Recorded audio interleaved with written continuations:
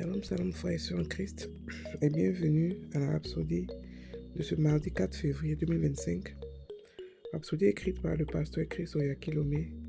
La lecture vous est offerte par les vérités de l'Évangile. Le thème d'aujourd'hui est « Le salut vous a donné le pouvoir sur le péché ». Le verset est pris de Luc 1, verset 77 qui nous dit « Afin de donner à son peuple la connaissance du salut par le pardon de ses péchés. » Alléluia. Le pasteur Christ dit, dans Luc 1, verset 76 à 77, nous voyons une révélation puissante sur le salut. Il est dit, « Et toi, petit enfant, tu seras appelé prophète du Très-Haut, car tu marcheras devant la face du Seigneur pour préparer ses voies, afin de donner à son peuple la connaissance du salut par le pardon des péchés. » La première chose à propos du salut est la rémission ou l'élimination du péché. C'est très important, car sans cette compréhension, beaucoup pourraient vivre une vie qui ne reflète pas le véritable changement qu'apporte le salut. Dans Acte 3, versets 25 à 26, l'apôtre Pierre s'adressait à la congrégation juive, leur rappelant la promesse faite par Dieu à ses ancêtres. Il a déclaré qu'ils étaient les enfants des prophètes et de l'alliance faite avec leurs ancêtres.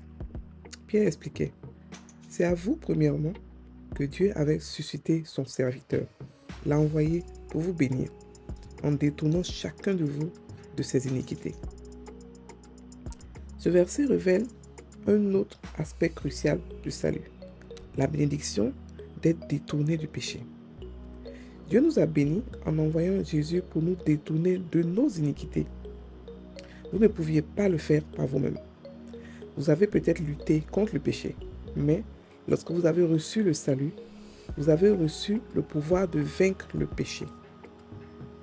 Dans Luc 24, versets 46 à 47, Jésus a clairement indiqué que la repentance et la rémission des péchés devaient être prêchées en son nom parmi toutes les nations, en commençant par Jérusalem. Et il leur dit, « Ainsi, il est écrit que le Christ souffrirait, et qu'il y ressusciterait des morts, et le troisième jour, et que la repentance et le pardon des péchés seraient prêchés en son nom à toutes les nations, à commencer par Jérusalem. » Vous comprenez maintenant pourquoi Paul s'est écrié dans Acte 13, versets 38 à 39, « Sachez donc, hommes, frères, que c'est par lui que le pardon des péchés vous est annoncé, et que quiconque croit est justifié par lui de toutes les choses dont vous ne pouvez être justifiés par la loi de Moïse. » C'est une vérité que beaucoup de gens ont besoin de comprendre. Le péché n'est plus un facteur. Son pouvoir de domination sur vous a été supprimé. En Christ, vous avez été libérés du péché. Cela vous aide à mieux comprendre pourquoi la Bible dit dans Romains 6, verset 14, « Car le péché n'aura point de pouvoir sur vous, puisque vous êtes non sous la loi, mais sous la grâce. » Alléluia. Fin de la Rhapsodie. Alléluia. Alors, le pasteur Christ a commencé un enseignement sur le salut depuis cette semaine-là, pour que nous puissions comprendre ce que c'est que le salut. Mais aujourd'hui, il donne une spécification de ce qu'il veut dire. Il nous parle de la corrélation entre le salut et le péché. Alléluia. Il nous explique que, d'abord, quand Jésus est venu, quand les prophéties ont dit quoi? « Et toi, petit enfant, tu seras appelé prophète du Très-Haut, car tu marcheras devant la face du Seigneur pour préparer ses voies, afin de donner à son peuple la connaissance du salut par le pardon des péchés. » Donc, ils nous disent ici qu'il y a une corrélation entre le salut et le pardon des péchés. Et que lorsque on reçoit le salut, on doit comprendre que nos péchés ont été pardonnés. C'est ce qu'on appelle la rémission des péchés. C'est comme si on n'a jamais existé auparavant. Tous nos péchés passés ont été effacés, ont été annulés, ont été détruits, comme si on n'a jamais existé avant. Ok? Ça, c'est la rémission des péchés. Donc, quand on devient chrétien, pas besoin de forcément donner ses péchés, dire à Dieu, « Seigneur, j'ai péché ceci, j'ai péché cela, pardonne-moi mes péchés avant de devenir chrétien. » Non. Il nous dit que la prière de salut seule, lorsque tu fais la prière de salut, automatiquement, tous tes anciens péchés, tout ce que tu as fait, tout disparaît parce que tu meurs et tu reviens. Donc, quelqu'un qui est mort, celui qui a péché là est mort. Donc, c'est ça qu'on appelle la rémission des péchés. Et ça, tous les chrétiens ont eu cette grâce-là. Quand on est devenu chrétien, tous nos péchés ont été éliminés, détruits, passés, finis, effacés. La rémission des péchés. Ok? Parce que beaucoup de personnes croient que la repentance, c'est pour tout le monde. La repentance, c'est pour seulement ceux qui connaissent Dieu. Tu ne connais pas Dieu, tu ne peux pas lui demander pardon. C'est ça la repentance. La repentance, c'est pour... Dès que tu deviens chrétien, tu veux maintenant te repentir si tu pêches. C'est différent de la rémission qui te fait entrer dedans par le salut. Donc, le pasteur nous explique qu'il y a une corrélation entre le salut et la repentance. C'est-à-dire que quand tu deviens chrétien, automatiquement, tous tes péchés sont pardonnés, donc le salut et la rémission. Ensuite, il nous dit ici que il nous parle maintenant de salut et maintenant la repentance ou le détournement du péché. Ok? Parce que quand tu te répands, ça veut dire que tu sais que ce que tu as fait est mauvais et tu veux te détourner. Donc il nous dit qu'effectivement, maintenant qu'on est entré en Christ, on a maintenant ce pouvoir-là de se repentir et de se détourner du péché. Se repentir, c'est comme si tu demandais pardon à Dieu pour se détourner de ce péché. Ok? Donc il donne maintenant la corrélation entre le salut, entre le fait que parce qu'on est devenu chrétien par le salut, on a maintenant le droit, le privilège de demander pardon à Dieu, de se repentir devant Dieu quand on a péché. Comme tout à l'heure j'ai dit, la repentance ce n'est pas pour celui qui n'est pas chrétien, c'est pour seulement celui qui connaît Dieu.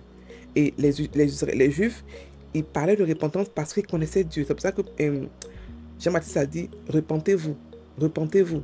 Parce qu'eux, ils connaissaient Dieu, ils savaient ce que Dieu voulait, ce que Dieu n'aimait pas. Mais par contre, le monde ne connaît pas Dieu. Donc, le monde se repentit, ce n'est pas biblique parce que le monde ne connaît pas. On se repent, quand on te connaît, on demande pardon. Mais quand on ne sait pas qu'on a péché, quand on ne te connaît pas, il n'y a pas de raison de se repentir. Ce qu'on a à faire, c'est seulement accepter Christ. Et c'est ça que la rémission, automatiquement, nos péchés sont pardonnés. Donc il y a la rémission, il y a la repentance. Donc, le pasteur nous explique que se repentir, c'est se détourner du péché expressément.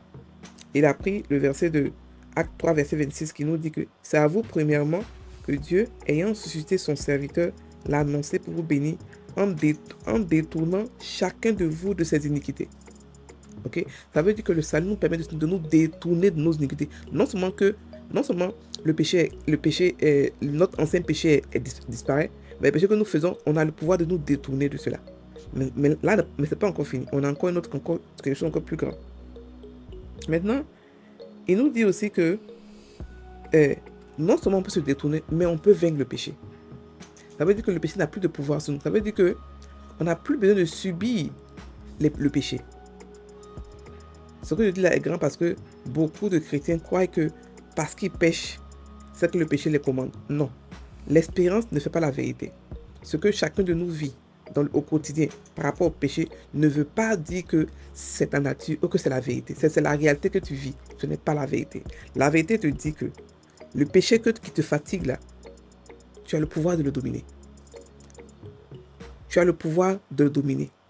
Ok? La Bible nous dit que attends, je vais reprendre. Ok. Donc, le verset, Acte 13, verset 38 nous dit que le Christ souffrirait, il est écrit que le Christ souffrirait et qu'il ressusciterait des morts le troisième jour et que la repentance et le pardon des péchés seraient prêchés en son nom à toutes les nations. Amen. Quand on dit repentance, ça veut dire que pour ceux qui connaissent Dieu, maintenant, pardon, c'est celui qui a été pardonné complètement. Maintenant,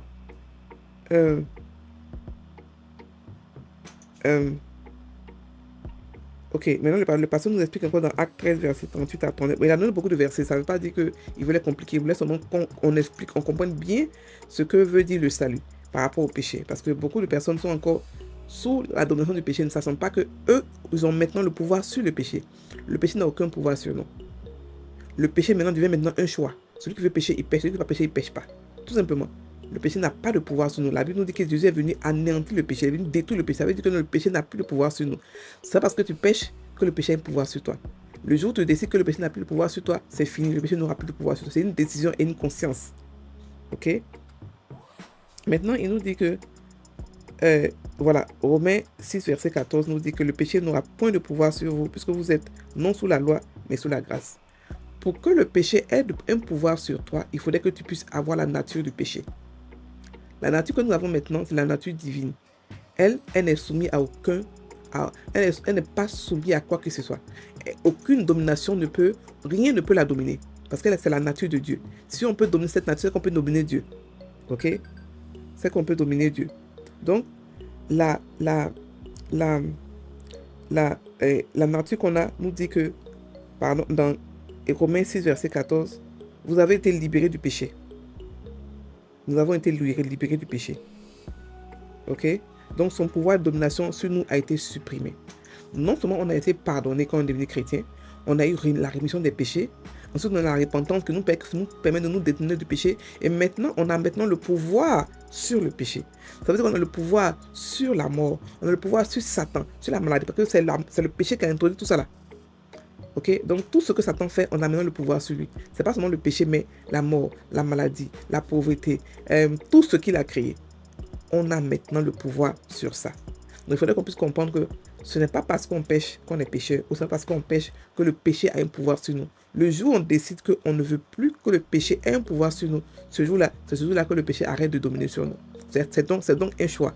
Mais il faut avoir la connaissance du fait que, parce que Jésus est venu gérer le péché, le péché n'est plus un facteur pour nous les chrétiens. C'est pour les païens que c'est un facteur. Mais pour nous, Dieu nous a donné le pouvoir de nous nettoyer constamment, de nous purifier par sa parole, par son Saint-Esprit qui habite en nous constamment. Donc nous, on n'est pas sous domination du péché. On est maintenant ceux-là qui dominent sur le péché. Ok? Voilà ce que le pasteur voulait dire aujourd'hui. La relation entre le salut et le péché. La première relation, c'est que on a été pardonné définitivement de tous nos péchés. On est même mort. On n'est plus la même personne. La deuxième révélation, c'est que on a maintenant le pouvoir de nous détourner du péché par la repentance. Et la troisième révélation, c'est que on a même le pouvoir sur le péché. Amen. Et que c'est nous qui devons décider si pécher ou pas. On va prendre la prière. Cher Père, je marche dans la liberté de ta grâce, sachant que le péché ne domine pas sur moi. Par le sacrifice de Jésus, j'ai été rendu juste, justifié et sanctifié. Je vis dans la conscience de cette victoire. Libéré de la culpabilité, marchant dans la plénitude des bénédictions du salut. Au nom de Jésus. Amen. Donc, il est important que chacun de nous médite sur le verset d'ouverture pour comprendre que nous avons le pouvoir de dominer le péché et non le contraire. La nature qu'on a reçue, ce n'est pas une nature qu'on peut dominer. On ne peut jamais être dominé par qui que ce soit. Même Dieu ne nous domine pas. Dieu nous a donné sa nature à lui qui est indominable, qui est indomptable, qui est incorrompu, qu'on ne peut pas corrompre. Donc le péché n'est pas épargné. Le diable et tout ce qu'il fait et tout son royaume n'a aucun pouvoir sur nous. Quelles que soient les attaques, quel que soit ce qu'il fait, il n'a pas de pouvoir sur nous. Il suffit qu'on se réveille, on se fâche et automatiquement ce pouvoir-là disparaît. C'est un pouvoir virtuel. C'est un pouvoir virtuel. Ok? Soyez bénis, passez une bonne journée.